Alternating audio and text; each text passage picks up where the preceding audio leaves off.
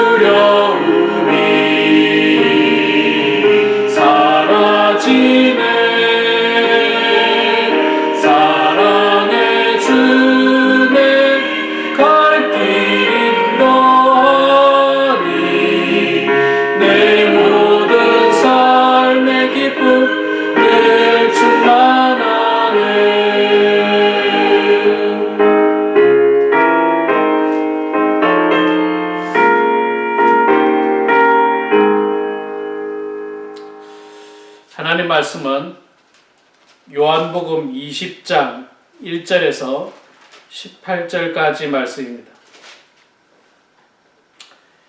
요한복음 20장 1절에서 18절 말씀 신약성경 182페이지에 있습니다.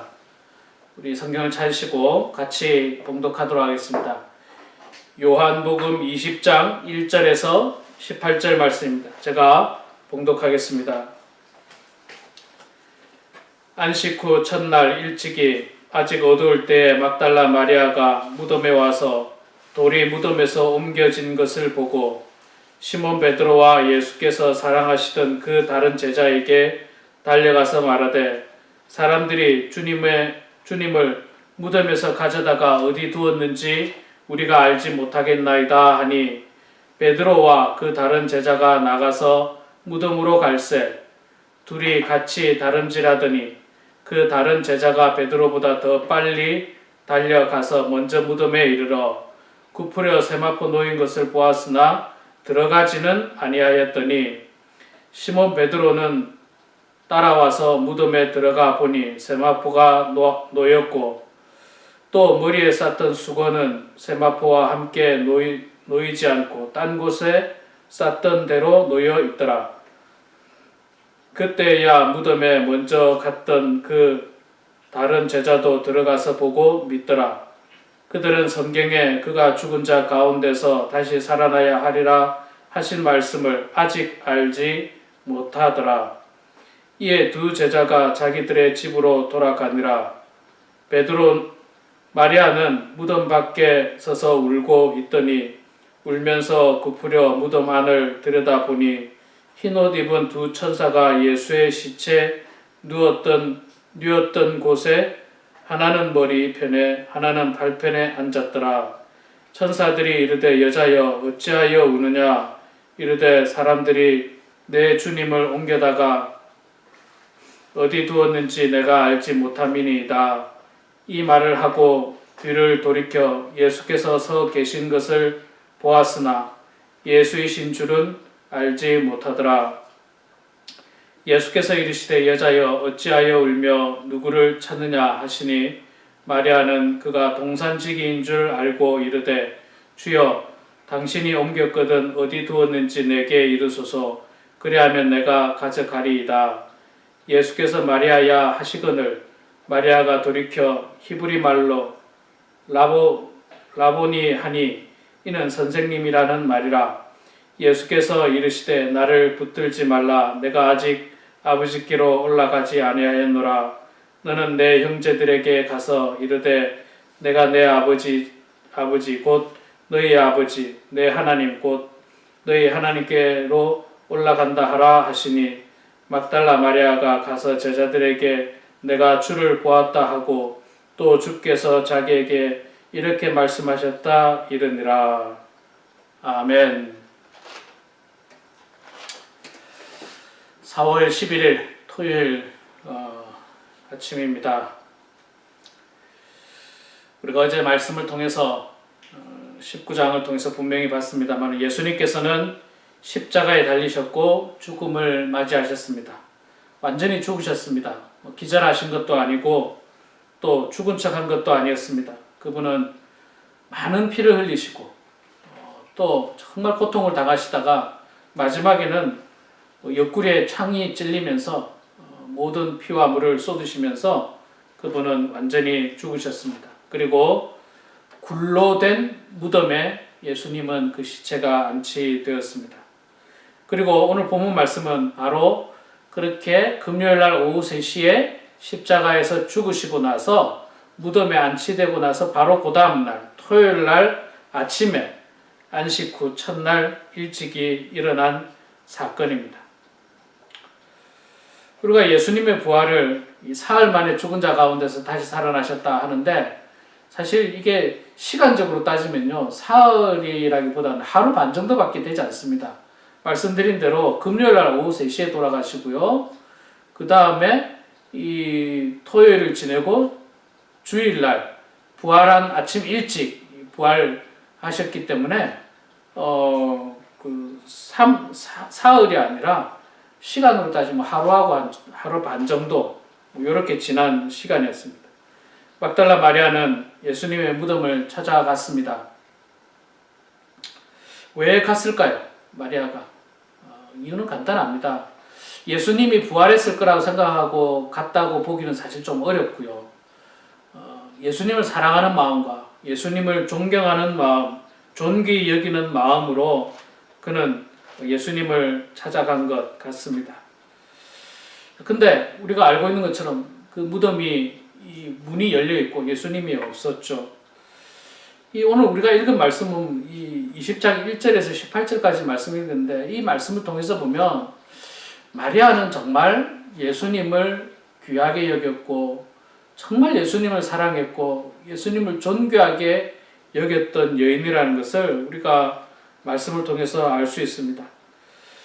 첫 번째로 예수님이 그 무덤에 묻혀 있을 때, 무덤에 안치되어 있을 때 제일 먼저 찾아간 사람이 마리아예요. 근데 여러분 새벽 일찍 무덤에 찾아간 것이 여인으로서 두려울 수도 있지만 사실 그 두려움보다 더 큰 두려움이 있는데 그건 뭐냐면 예수님은 지금 유대인들에게 미움을 받아서 죽었지 않습니까? 그런데 예수님의 무덤을 찾아간다는 말은 예수님의 추종자고 지금 안 그래도 예수님의 이 추종자들을 어떻게 할까 이렇게 고민하고 있는 그런 유대인들 입장에서는 그런 사람이 눈에 띄기만 하면 잡아서 어떻게 할 수도 있는 위험한 순간이에요. 위험한 순간. 그럼에도 불구하고 이 마리아는 예수님의 무덤 곁에 갔습니다. 그리고 무덤에서나마 예수님을 추모하고 또 그 존경하는 마음, 사랑하는 마음을 나타내고 있는 것 같습니다. 갔더니 무덤 문이 열려 있고 예수님의 시신이 없는 것 같아요. 그래서 가서 제자들에게 가서 이야기합니다. 쭉 이야기를 했더니 베드로와 이 본문에는 다른 제자라고 되어 있는데 이게 요한이에요. 요한. 이 요한복음을 쓴 저자인 요한이 하고 베드로가 달려갔습니다. 이 요한은 그때 당시 나이가 어렸거든요. 그래서 그런지 요한이 먼저 뛰어갔어요. 오늘 말씀해 보면 베드로보다 나이가 좀 젊어서 그런지 더 빨리 달려가서 먼저 무덤에 이르렀다고 4절에 나옵니다. 그런데 이 요한은 그 무덤 안에 들어가 보지를 못했어요. 두려워서 그렇죠. 두려워서. 그 다음에 이제 베드로가 찾아왔습니다. 베드로는 왔다가 이제 무덤 안을 먼저 베드로가 들어가서 보죠. 봤더니 진짜 예수님이 없는 거예요. 그러고 나서 그 다음에 요한이 따라 들어가서 그것을 확인하게 됩니다.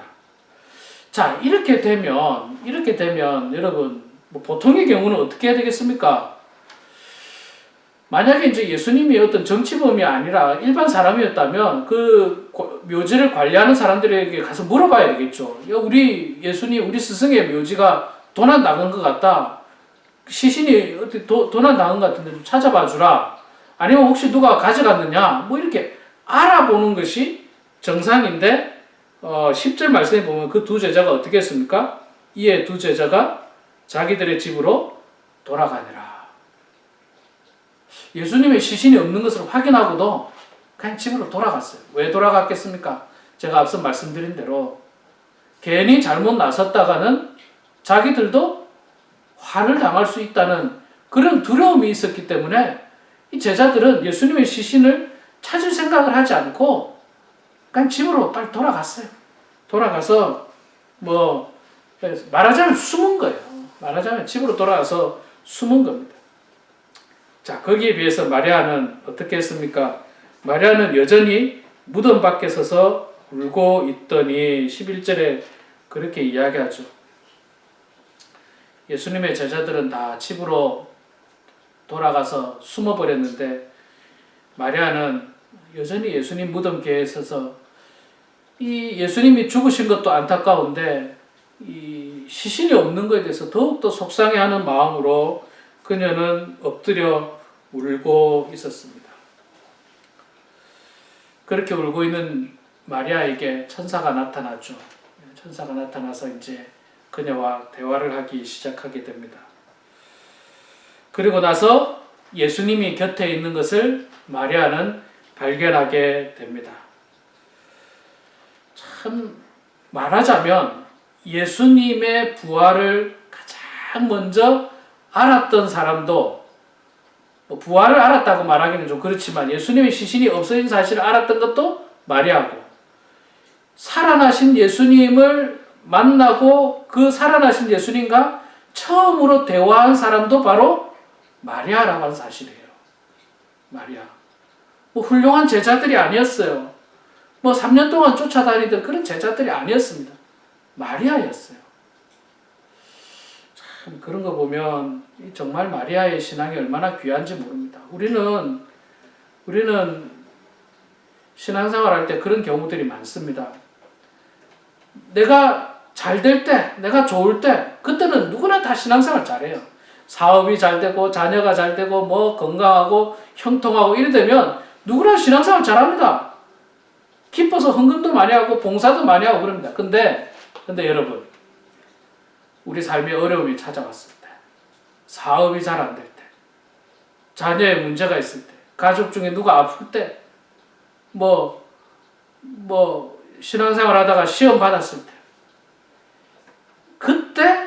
그때 신앙생활을 어떻게 하느냐 사실 굉장히 중요해요. 어려움 당할 때 신앙생활을 어떻게 하느냐. 저는 지금이 정말 우리가 신앙생활 하는데 어려움을 당한 때라고 생각합니다. 그렇잖아요. 모여서 예배를 못 드립니다. 이것처럼 어려운 일이 지금 어디 있습니까?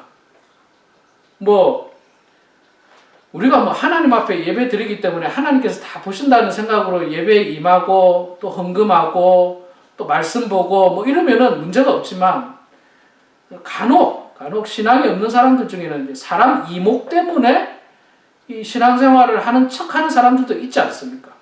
믿음이 없는 사람 중에, 교회 나온 지 얼마 안 된 사람. 그래서 지금 제가 여러분들에게 매일 이렇게 새벽마다 여러분들에게 영상으로 새벽 기도회를 보내고 있습니다. 그러나 확인할 길이 없어요. 누가 보셨는지, 누가 안 보셨는지 전혀 확인할 길이 없습니다. 심지어는 주일 예배도 마찬가지입니다. 주일 예배도 예배를 드리셨는지 예배를 안 드리셨는지 확인할 길이 없어요. 또 누가 알지도 못합니다. 여러분이 주일 예배를 드렸는지 안 드렸는지 다른 사람 아무도 몰라요. 또 뭐라고 해야 됩니까? 예배를 처음부터 끝까지 찬양부터 축도까지 드린 사람이 있는가 하면 설교만 듣는 사람도 있을 수 있어요. 그것도 확인이 안 됩니다. 그리고 충분히 앉아서 예배를 드릴 수도 있지만 그냥 편안하게 누워서 잠옷 입고 그렇게 예배 드리는 것도 어느 누구도 확인이 안 돼요, 사실. 그러나 여러분, 하나님은 보시고 있기 때문에 사실 지금이 우리가 더욱더 신앙생활을 온전하게 해야 될 그때입니다. 바로 그때예요. 좋을 때는 누구든지 다 하는 거예요. 누구든지 다 합니다. 예수님이 십자가에 못 박혀 죽고 난 이유가 어려울 때 아닙니까? 제자들은 다 도망갔어요. 그리고 지금 오늘 본문에 나오는 것도 예수님의 시신이 없어졌다는 소식을 듣고도 또 여전히 집으로 그냥 가버렸어요. 그러나 진짜 예수님을 사랑하는 사람들, 진짜 예수님을 존경하는 사람들은 지금 막달라 마리아처럼 예수님 무덤 곁에서 눈물을 흘리며 예수님을 소망하고 예수님을 진심으로 만나기를 바라고 예수님의 시신이라 찾기를 바라는 그런 간절한 마음이 여전히 있다는 것입니다.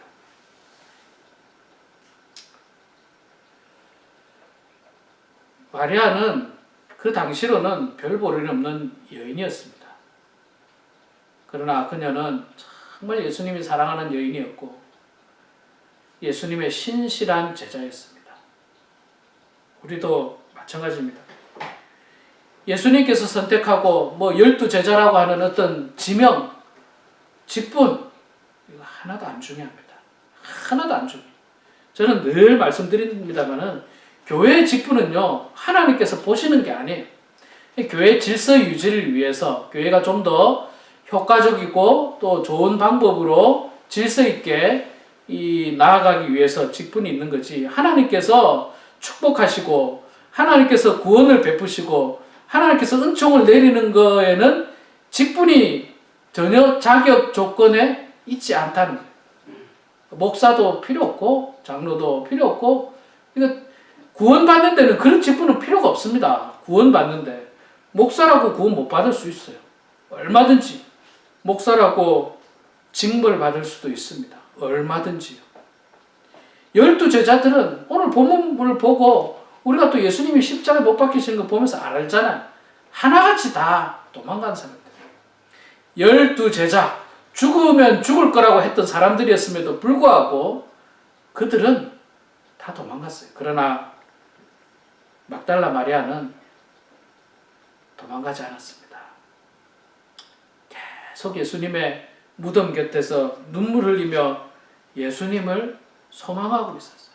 그때 천사를 통해서 이야기를 듣게 되고 그 옆에 예수님을 만나게 되죠. 예수님을 만나게 되는 놀라운 은혜가 마리아에게 임했던 것입니다. 우리 사랑하는 성도 여러분, 내일은 거룩한 주일이면서 부활주일입니다. 우리 예수님의 부활을 기뻐하고 축복하면서 은혜 가운데 예배를 드려야 됩니다. 기쁨으로 예물을 올려드려야 됩니다. 사람의 이목과 관계없이, 누가 보든지 보지 않든지 관계없이 여러분 가장 경건한 예배를 드려야 됩니다. 그리고 또한 가장 정성으로 하나님 앞에 예물을 올려드리시기 바랍니다. 우리 주님의 부활을 기뻐하고 우리 주님의 부활을 함께 축복하면서 부활주일을 예배하게 되는, 마리아처럼 그렇게 우리 주님을 소망하게 되는 저와 우리 모두가 되기를 주의 이름으로 축원합니다. 기도하겠습니다.